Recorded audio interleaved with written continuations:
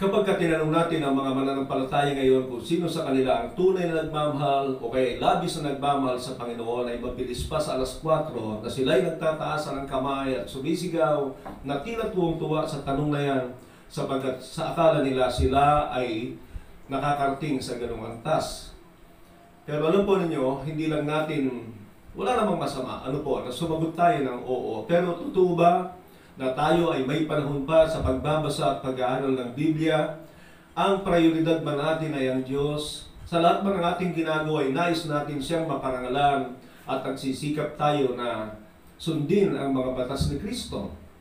Wala namang masama na akinin natin ang bagay na yan. Pero baka naman, ang Diyos ay hindi na natin prioridad. Baka naman, linggo na lang tayo nakaka-attend at pagkatapos ay late na nga, ay magmamadali pang umuwi.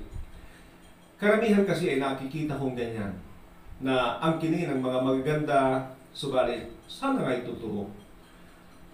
Napakahalaga na maunawaan natin ang banta, at ito ang ikapito na banta ng ating kaligtasan. Ito ang ikapito at ito ang banta ng pagkamakamundo. Worldliness. Kung tatanungin kita, ikaw ba ay talagang nagmamahal sa Diyos o ikaw ay makamundo? Alam niyo, sa aklat ni Santiago ay meron pong sinabi doon, o kaya sa aklat ng unang Juan, na hindi mo pwedeng pagsabayin na mahalin ang mundo at ang Diyos. Sigurado ko kung paano mo minahal ang pera at ang Diyos, at hindi mo pwedeng pagsabayin ang dalawang ito, ay ganoon din ang pagka-makamundo. So, sinabi po ng Panginoon, sa Lucas 17:26 hanggang 30. Just it was in the days of Noah, so it will be in the days of the Son of Man. People were eating and drinking, marrying and giving in marriage, up to the day Noah entered the ark, and the flood came and destroyed them all. It was the same in the days of Lot. People were eating and drinking, buying and selling, planting and building. But the day Lot left Sodom, fire and sulfur rained down from heaven and destroyed them all. It will be just like this in the day when the Son of Man is revealed. Ito na naman po ang isang deklarasyon ng Panginoon na mangyayari sa mga huling araw na ito, na kung paano ang naganap sa panahon ni Noe at ni Lot, na ang mga tao ay maraming ginagawa na kasalanan. Kung titingnan natin sa aklat ng Genesis, pero hindi po yun ang mga sinasabi ng Panginoon nang sabihin niya ang dalawang bagay na ito sa kanyang pangangaral tungkol sa kanyang muling pagbabalik. Ano po ang sinasabi niya dito? Just like in the days of Noah, people were eating and drinking, marrying and giving in marriage, until the day Noah entered the ark and God sends the flood and destroyed them all. Ang tinutukoy ng Panginoon na mga dahilan ng pagkapahamak ng maraming tao sa panahon ng ni Noe sa malaking baha ay walang iba kundi ang mga bagay na hindi masama. Ito po ay tungkol sa pagkain, inumin, daramitin, at kung ano-ano pa. Mga bagay na masasabi nating basic needs ng isang tao. Pero ito po ang tinukoy ng Panginoon na dahilan ng pagkapahamak ng marami, na ang ibig sabihin, ito ang ikinagumol ng kanilang mga puso, at ang ibig sabihin nito ay pagka-makamundo. Idinagdag din niya ang kapanahunan ni Lot. Na alam natin na sa panahon ni Lot, ang ikinamuhi ng Diyos doon ay ang mga kasalanang ginagawa ng mga bakla. At doon ay pinaulanan niya ito ng apoy. Pero ang ikwento ito ng Panginoon ay tila baga mas maraming namatay sa isang mga simple pangangailangan, basic needs, tulad ng pagkain, inumin, daramitin, pag-aasawa, pagtatayo ng gusali, pagbibili, pagbibenta. These are basic needs. Pero isang bagay na alalahanin natin na sinabi ng Panginoon at malinaw ito, so shall it be when the Son of Man comes. Ganito rin ang mangyayari. So kung titignan natin ang ating kapanahunan, ang ating kapaligiran, ang tao ay napaka-busy.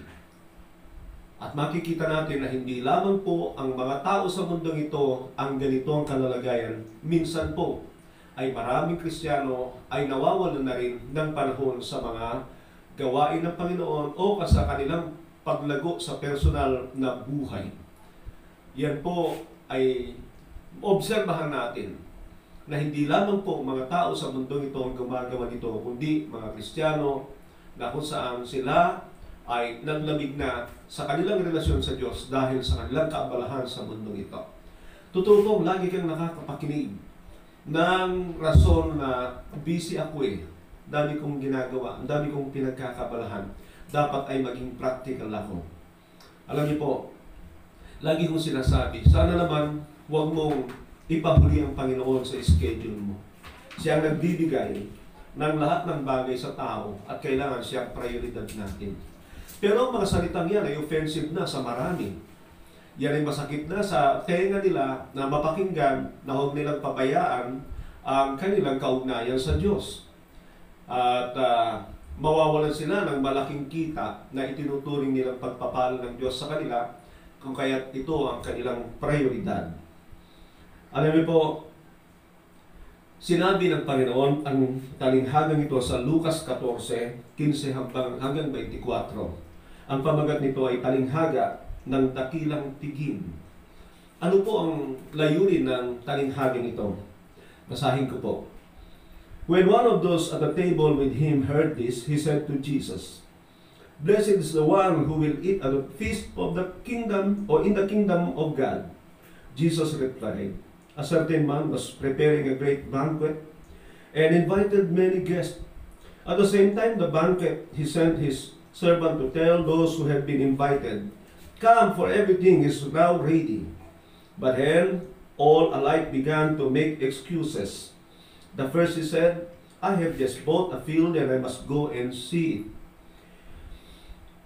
Please excuse me.' Another said, 'I have just bought 5 yoke of oxen and I'm on my way to try them out. Please excuse me.' Still another said, 'I just got married so I cannot come.' The servant came back and reported this to the master. Then the owner of the house became angry and ordered his servants to go out and quickly into the streets and alleys into the town and bring in the poor, the crippled, the blind, and the lame. 'Sir,' the servant said, 'what you ordered has been done, but there is still room.'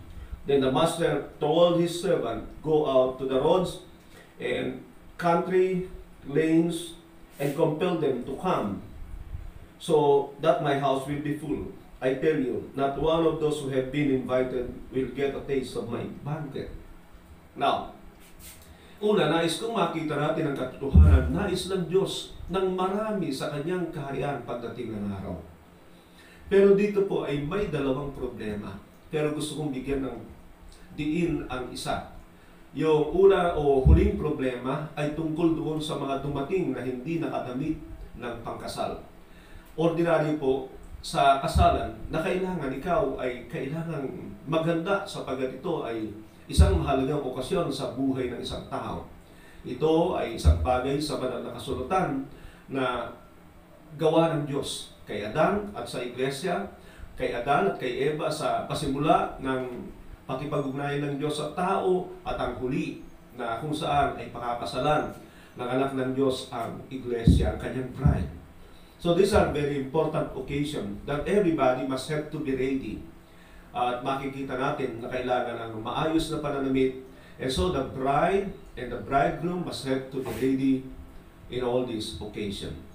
Pero meron po rito na may kaugnayan dito sa pagkamakamundo na yung mga pinili na maging panauhin sa panahon na yan, sila po ay sumang-ayon nung una, kaya lang pagdating na dumating na yung araw ng piging, ay nung sila'y puntahan, ay nagdahilan na po sila.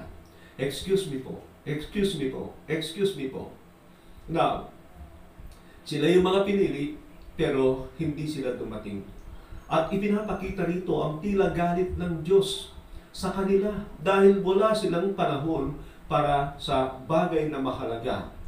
Hindi ko na alam kung paano sa buhay natin sa ngayong panahong ito, ang mga bagay na dapat ay unahin natin ang mga bagay sa Diyos. Pero itong mga nagdahilan na ito ay naggalit ng Diyos sa kanila. They will never have a taste of my banquet, sabi ng Panginoon. Meaning, talagang galit ang Panginoon doon sa ipinapahuli siya. Dahil lamang sa mga okasyon sa mundong ito, mga gawain na kung saan ay hindi na nila prioridad ang Diyos. Alam niyo, ang Diyos ay mapanibughuin. Ayaw niya na may nauuna sa Kanya. Alam ng Diyos na ang pangangailangan natin ay talagang kailangan gumawa rin tayo. Tinuruan pa nga tayo kung paano hindi tayo mailigaw ng mga pangangailangan natin mula sa Kanya. Na sabi niya, but seek ye first the kingdom of God and its righteousness, then all these things. Ano yung all these things? Mga pangangailangan ng tao will be given to you. Yan po ang kaharian ng Diyos. Kung uunahin natin siya, alam niya ito. At lahat ng ito ay puprovide niya, basta mahalaga ay unahin natin siya.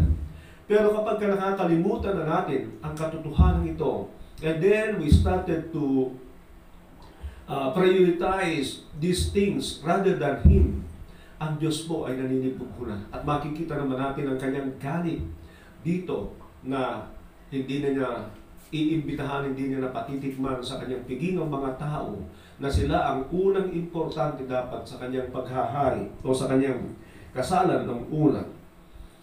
Yan po ang isang katotohanan tungkol sa pagkamakamundo. Maaari kanyang iligaw mula sa iyong pag-ibig sa Diyos at i-reject ka ng Diyos pagdating ng araw. Malinaw po diyan sa mga talatang yan o sa mga ibinigay ko sa inyo na ang pagkamakamundo ay inilalagay sa banta ang ating kaligtasan na natanggap. Malinaw po diyan. Pero tignan pa po natin ang mga ilang bagay nito. Sa aklat ng Marcos 17:22 ay ganito ang sabi. As Jesus started on His way, a man ran up to Him and fell at His knees before Him. Good teacher, he asked, what must I do to inherit eternal life? Why do you call me good? Jesus answered, no one is good except God alone. You know the commandments. You shall not murder, you shall not commit adultery, you shall not steal, you shall not give false testimony, you shall not defraud, honor your father and mother. Teacher, he declared, all this I have kept since I was a boy. Jesus looked at him and loved him. One thing you lack, he said, go and sell your possession, give it to the poor, and you will have treasure in heaven. Then come follow me. All this, the man fell. He went away sad because he had great wealth. Now, napakagandang pagkakataon nito dito sa mayaman. Alam niya na kahit siya'y mayaman, ay merong kahungkagan ang kanyang buhay. So, dito ay makita natin na very rare na mangyayari na lalapit sa mga mayayaman o lalapit ang mga mayayaman sa Panginoon upang magtanong. At dito ay nakita ko ang isang katotohanan. Nagtanong siya sa tamang tanungan at nagtanong siya ng tamang tanong. Ang Panginoon ang the best na tanungan sapagkat ibibigay niya sa iyo ang tamang sagot. At ang kanyang tanong ay napakaganda. Isang tanong na bibihira kong mabasa sa Biblia. There are only few people who ask this question and I don't think, wala pa akong nagtanong sa aking buhay ng ganito. Anong tanong niya? What must I do to inherit eternal life? What must I do to inherit eternal life? Naitanong mo na ba ito sa iyong buhay? Ang napakahalaga ng tanong na ito. Alam nyo, sa Biblia ata ay tatlo ang nagtanong nito. Isa lang ang nagkabit. What must I do to inherit eternal life? Yun pong jailer sa Acts chapter 16. Sapagkat pagkatapos noon ay tumalima siya sa kanyang pananampalataya, nagkaroon ng kaligtasan sa kanyang sambahayan. But this guy failed. Ano ang kanyang failure dito? Nakikita natin na ang dahilan ng kanyang hindi pagtupad sa iniutos ng Panginoon na gawin sa kanya ay ang kanyang puso na nagugumon sa mga bagay sa mundong ito. It was a wonderful opportunity to have heard the truth from a truthful master na sinabi sa kanya ang kanyang kailangan gawin. But he really loved his material possessions, his wealth as well. Alam niyo mga kapatid, marahil hindi pera ang ating ipinagpalit sa Panginoon sa ating puso. It can be different thing. Pero sa Diyos kasi, alam niya kung ano ang kanyang kalaban sa buhay natin.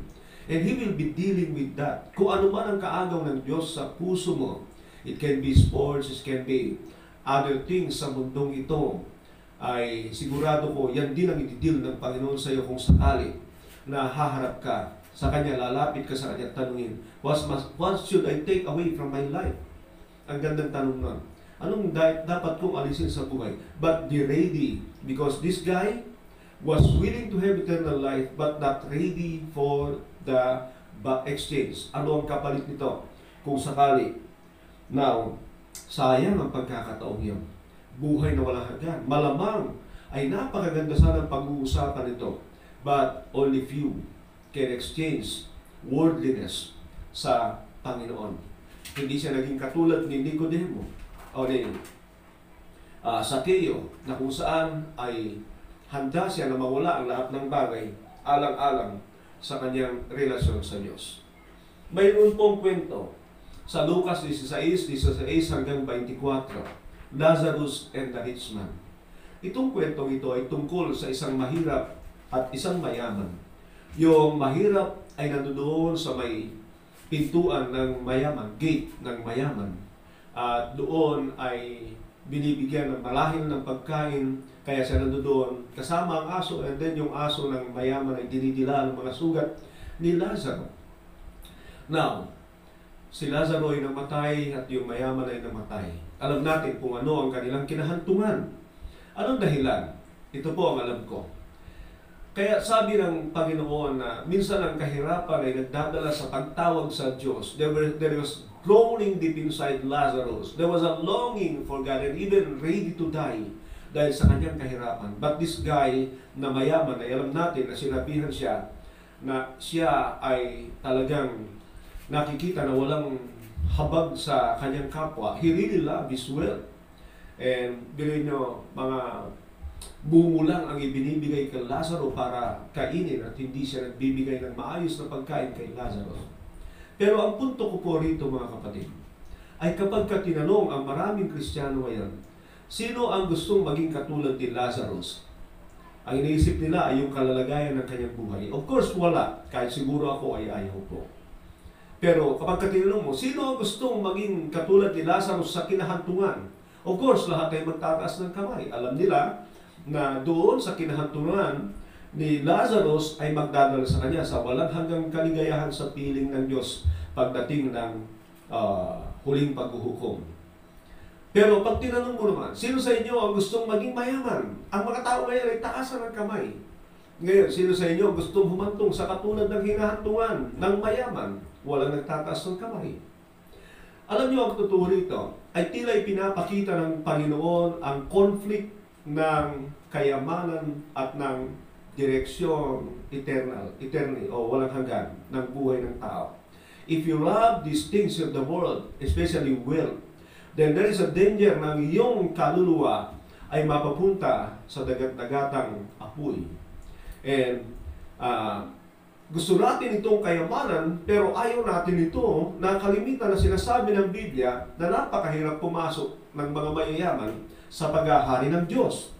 Pero ang daming nagpipilit na yumaman dahil na rin po marahil sa mga nangangaral na kung saan ay kinikintal nila sa kaisipan ng maraming tao na ang pagpapala ng tao ay kailangang material na buhay. Hindi po yan ang pangako ng Panginoon para sa kanyang walang hanggang kaharian. In fact, ang ginto doon sa ari ng Diyos, hindi mo pakinabangan sapagkat doon ang lansangan na apak-apakan ng tao ay ginto, lantay na ginto. Kaya isipin natin maigi mga kapatid, na ang paanyaya ng Panginoon sa atin ay ipagpalit ang mga kayamanan ito sa walang hanggang kayamanan sa langit. Meaning, let us invest them sa panahong ito para sa ating hinaharap na walang hanggan. At makikita natin na Sa Biblia ay hadlang ang maraming bagay sa mundo ito, ang pagkamakamundo sa pagpasok sa area ng langit. There is a danger, great danger. Sabi ng Marcos 4:19, "But the worries of this life, the deceitfulness of wealth, the desires for other things, came in and choked the word, making it unfruitful." Ano po ang ibig sabihin niyan? Sa talinghaga, ay sumampalataya yung isang tao, masaya siya na tumanggap ng salita ng Diyos sa kanyang pakikinig. But later on, ay nagkaroon ng pagsubok sa kanyang buhay na yung salita ng Diyos ay hindi nagkaroon ng magandang epekto sa kanya dahil nasakal, dahil sa mga pagkamakamundo. And then, of course, walang naganap na bunga na sa buhay niya. Alalahanin natin ang sabi ng Panginoon, "No one can serve two masters. Either he will hate the one and love the other. He will despise the one and serve the other." That is money and God.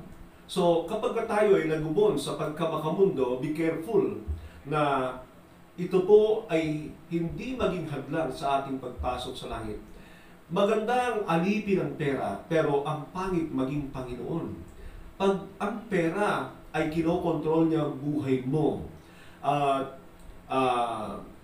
nilalayo ka niya sa pagiging katulad ng Panginoon sa Kristo. Christ never ended hoarding up money for himself. Actually, ayaw niyang humawak ng pera. And very dangerous po ito na alam mo na ikaw ay nagugumon sa pagkamakamundo kapag ka sobra-sobra na nga ay talagang you are holding it for yourself. Maging maingat po tayo dyan. And meron pong paalala sa Lucas 21:34 hanggang 36. "Be careful or your hearts will be weighed down with carousing, drunkenness, and anxieties of life, and that they will come close on you suddenly like a trap. For it will come on all those who live on this face of the earth. Be always on the watch and pray, so that you will be able to escape what is about to happen, and that you may be able to stand before the Son of Man." Dito po mga kapatid ay makikita natin ang tungkol sa mga huling araw, mga mangyayari, na meron pong bitag na inilalagay ang diablo, ang sanlibutan, at ang kayamanan sa buhay ng marami. Maging yung mga tawag ng laman, pinagsama-sama po rito. Really, that Satan will work hardly in the last days upang sa gayon ay magbitag niya ang tao, at pinag-iingat tayo ng Panginoon sa ganitong kalalagayan. Maalala ko nga yung sinabi niya, "Remember Lot's wife." Kung maalala natin yon na yung asawa ni Lot, dahil sa pagkagumo ng kanyang puso marahil sa kanyang kayamanan doon sa Sodoma, ay hindi niya nagawang tumingin ng diretsyo habang sila inilalayo ng Diyos sa kapahamakan. Siya ay napahamak dahil doon sapagkat ang kanyang puso ay nasa bagay na kanyang iiwanan doon sa Sodoma. And likewise, pinag-iingat tayo dito ng Panginoon na sa mga huling araw nito, they will come like a trap. Meaning, at the beginning ay parang ang ganda. You know, sa halimbawa, sa isang ibon, pag kaya lumalapit doon sa bitag, ang nakikita niya hindi yung bitag, kundi yung mga pakinabang na inilagay doon. And likewise, the devil works like that. So, it seems they are wonderful, there's a great benefit, pero kung hindi ka aware na ito pala ay may bitag na sinasabi ng Panginoon, then susunggaban mo ang mga bagay na ito, pero huwidaw ka sapagkat meron pong bitag at mahirap pong makaalis diyan. I don't know whether you can get out from there later on, pero sana nga tulungan ka ng Diyos. But, you know, when we do not hearken to the admonitions of God, ay meron din plano o meron din sinasabi ang Biblia na hindi ka rin pakikinggan ng Panginoon. May God be graceful to us. Anyway, sabi ng Colossians 3:1 and 2, "Since then you have been raised with Christ, set your hearts on things above, not on earthly things. Where Christ is seated on the right hand of the Father, set your minds on things above and not on earthly things." Paniniwalaan ba natin ito? Na kailangan ituon natin ang ating isipan sa mga bagay sa langit kaysa sa mga bagay sa mundong ito. It's very difficult to focus on the things that are unseen. You need to have faith. You need to have a great faith para paniwalaan mo that everything that we see in this world ay talagang mawawala at mawawalang pakinabang. Now, nawa po ang mga pangyayari sa ating kapanahunan, ang COVID na ito, ay nagbibigay sa atin ng paalala. And I believe God is using this para tayo'y palalahanan that nothing we can take from this world and everything will be lost. Pero dapat ay nakahanda tayo doon sa walang hanggang kaharian ng Diyos. So isipin mo ang buhay mo kung ano ang iyong pinagkakabalahan. Meron pang sinabi sa Pahayag 18:4. Sabi doon, "Then I heard another voice from heaven say, 'Come out of her, my people, so that you will not share in his sins, so that you will not receive any of her plagues.'" Dito po ay makikita natin na binabalaan ng Diyos ang kanyang mga pinili sa pagkamakamundo. Na maging ang Biblia ay sinasabi na that there will be a lot of people who are in their boldness. Babylonia po ang tinutukoy niya rito, and the Babylonian spirit here ay ito po yung sistema ng mundong ito na talagang puro pagkamakamundo, kalakal, bilihan, and sabi niya, "Hey, get out of it, from here, my people. Umalis kayo dyan." Pinapaalis tayo ng Panginoon sa ganong sistema at ganong kaisipan, sapagkat sabi niya, one day it will crash and it is coming. Parating na ang bagay nito. Makikita nyo, wala talaga yung ating mga inaasahan. Maraming mananangis sa mga huling araw, lalo na yung kanilang mga naglalakihang pera sa bangko biglang mawawala. Huwag na ba? But I think it will happen because the Lord has been warning us. Pag binaringan tayo ng Panginoon, dapat ay makinig tayo. Ano ang utos ng Panginoon tungkol sa bantang ito? Nagpagkamakamundo, He said to them, "Watch out, be on your guard against all kinds of greed. Life does not consist on the abundance of the possession." Alam niyo mga kapatid, huwag niyong ilagay na kapag meron kang material na bagay ay sukatan mo ng espiritualidad katulad ng maraming Kristiyano. Ang naging sukatan nila sa pagiging espiritualidad nila ay ang kayamanan nila. Na para bagang pagka pinagpala sa material na bagay ay masyado lang espiritual. Buti nung araw na kapag ang isang tao ay mayaman, ay wala sa Diyos yan. Pero ang galing ni Satanas, bigla nang inikot ito, at ang ngayon, ang mga pinagpapala ngayon at ang mga espiritual na tao ay yung mga yumayaman. Ganong kabilis mag-ikot si Satanas. Pero tingnan nyo ang salita ng Diyos, kung ano talaga ang sinasabi nito tungkol sa mga bagay nito. But anyway, the Lord cautioned us about guarding us, our hearts from greediness of the things of the world. And sabi pa niya, "I tell you, use worldly wealth to gain friends for yourselves, so that when it is gone, you will be welcomed into eternal dwellings." I-convert po natin. Kung meron po tayo mga blessing na material na bagay sa mundo ito, try to think about eternity. Baka mawala lahat ito at pagkatapos ay pagsisihan mo, habulin mo, wala na. And you neglected the eternal things, the concept of eternal things. Maging maingat po tayo. Mga kapatid, habang may panahon, try to look at your wealth. Alam niyo, kahit papaano po, nais ko ikuwento sa inyo ito. Meron po akong isang bahay sa San Pedro na hindi nagagamit. Naitayo ko po nung malakas-lakas pa ako. And kinausap ko yung aking misis, anong gagawin natin dyan? Hindi naman nagagamit. Minsan, 2 taon, hindi namin napapasyalan. So sabi ko, ibenta natin. And of course, nagamit namin sa pagbili ng sasakyan para sa gawain. And mga kapatid, try to convert anything in this world. Prepare for that eternity rather than to be like a worldly-minded people na ang kanilang pag-asa ay sa mundong ito lamang. So, ito ang pag-asa natin. "I will give you a new heart, put a new spirit in you. I will remove from you the heart of stone and give you the heart of flesh." Pangako po yan ng Panginoon sa New Covenant believers. Nabibigyan tayo ng bagong puso. Tingnan mo kung meron kang pusong ganyan o kaya ay wala. And humingi ka sa Panginoon, baguhin ang iyong puso.